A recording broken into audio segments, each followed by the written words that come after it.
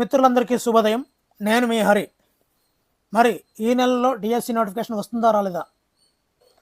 అదే డిఎస్సి కన్నా ముందు టెట్ ఉంటుందా ఉండదా? ఎందు గురించి టెట్ అంటున్నాను అంటే చాలామంది టెట్లో క్వాలిఫై కాని అభ్యర్థులు, అదేవిధంగా డిఎడ్ బిఎడ్ చేసిన అభ్యర్థులందరూ కూడా ఈ యొక్క మంత్రి లోకేష్ని కలిసి వినతి పత్రాలు అయితే అందించడం అయితే జరుగుతుంది. దాని ప్రకారంగా డిఎస్సి నోటిఫికేషన్ ప్రభుత్వం అన్న విధంగా ఈ నెల మార్చి నెల చివరికల్లా డిఎస్సి నోటిఫికేషన్ ఉంటుందా ఉండదా? మరి ఈ డిఎస్సి నోటిఫికేషన్కి అడ్డంగా ఉన్నటువంటి ఎస్సీ వర్గీకరణ ఈ యొక్క డిఎస్సి నోటిఫికేషన్ ఏమైనా ఆటంకం ఉంటుందా అనేది పూర్తి విషయాలను ఇప్పుడు ఈ వీడియోలో చూద్దామండి.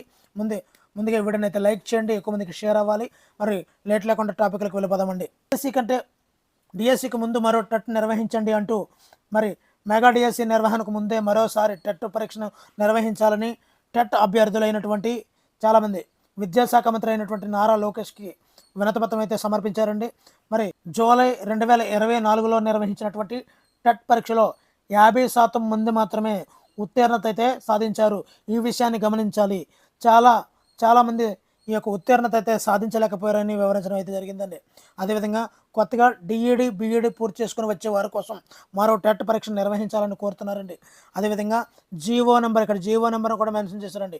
జీవో నెంబర్ 51 ప్రకారం ప్రతి ఏడాది కూడా 2 సార్లు టెట్ నిర్వహించాలనే ఎన్సిటిఈ నిబంధనను అనుసరించి మరో టెట్ పరీక్షను అయితే నిర్వహించాలి అని విజ్ఞప్తి అయితే చేశారండి.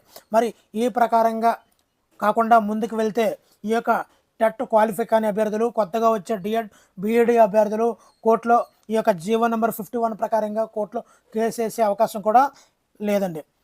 ఖచ్చితంగా కోర్టులో కేసు వేసే అవకాశం అయితే ఉంది. మరి మీరేమనుకుంటున్నారు? మరో టెట్ ఉండాలనుకుంటున్నారా? లేదంటే టెట్ ఎన్నిసార్లు వాళ్ళు అంటున్నారు, టెట్ క్వాలిఫై కాని అభ్యర్థులు, కొత్త డిఎడ్ బిఎడ్ అభ్యర్థులు ఏమంటున్నారంటే, ఒక డిఎస్సి కోసం ఇంతకాలం వేచి ఉన్నామే, ఒకసారి టెట్ క్వాలిఫై అవ్వకుండా డిఎస్సి అయిపోతే మాకు ఇంకొక డిఎస్సి ఉంటుందని నమ్మకమే లేదు.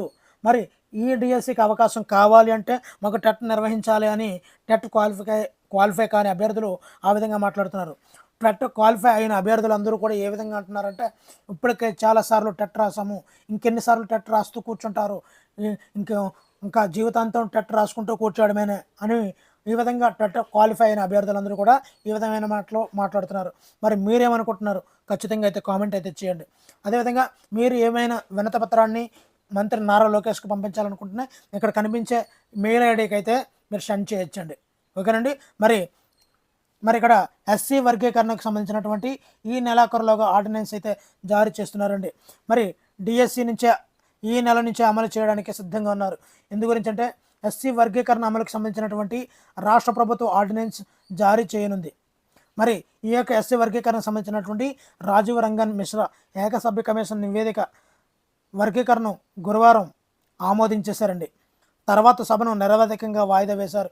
ఇక ఈ విధంగా వేసిన తర్వాత ఇక్కడ మనం బాగా అబ్జర్వ్ చేసినట్లయితే కింద ఒక పాయింట్ అయితే ఉందండి. ఎస్సీ వర్గీకరణ అమలు అంశాన్ని సుప్రీంకోర్టు రాష్ట్రాలకే అప్పగించింది కాబట్టి కేంద్ర ప్రభుత్వం ఆమోదం అవసరం లేదు. ఇక్కడ రాష్ట్ర ప్రభుత్వం ఆమోదం చెందింది కాబట్టి ఇక్కడ కేంద్ర ప్రభుత్వం యొక్క ఆమోదం లేదు. కాబట్టి ఈ నెలాఖరులోనే డిఎస్సిని నోటిఫికేషన్ ఈ నెలాఖరుకు విడుదల చేస్తామని ప్రభుత్వం ఇప్పటికే ప్రకటించింది. కాబట్టి మిత్రులందరూ కూడా వేచి ఉన్నది చాలు. మీరు వేచి ఉంటే ఆశాభంగం. ముందు తక్షణమే లేచి మీ యొక్క ప్రిపరేషన్ స్టార్ట్ చేయండి. మరి ప్రభుత్వం అయితే ఏకదాటిగా తన యొక్క వెనకాల ఉన్నటువంటి పనులను చాప కింద నీరులో చేసుకుంటూ వెళ్ళిపోతుంది. తాను చేయాల్సినటువంటి కార్యక్రమాలన్నింటిని కూడా ప్లాన్ ప్రకారంగా చేస్తుంది. మరి నీకు కావాల్సినటువంటి మెటీరియల్ని అన్నీ కూడా చక్కగా ఒక దగ్గర తీసుకొని మొత్తం అన్నీ కూడా ప్రిపరేషన్ టైం టేబుల్ తయారు చేసుకొని చక్కగా ప్లాన్ చేసుకుంటే మాత్రం తప్పనిసరిగా అయితే నువ్వు డిఎస్సిలో మంచి జాబ్ని అయితే పొందగలవండి. మరి వీడియో నచ్చితే తప్పనిసరిగా లైక్ చేయండి. ఇలాంటి మరిన్ని వీడియోల కోసం ఛానల్ సబ్స్క్రైబ్ చేసుకోండి. Thank you for watching. Me Hari signing out.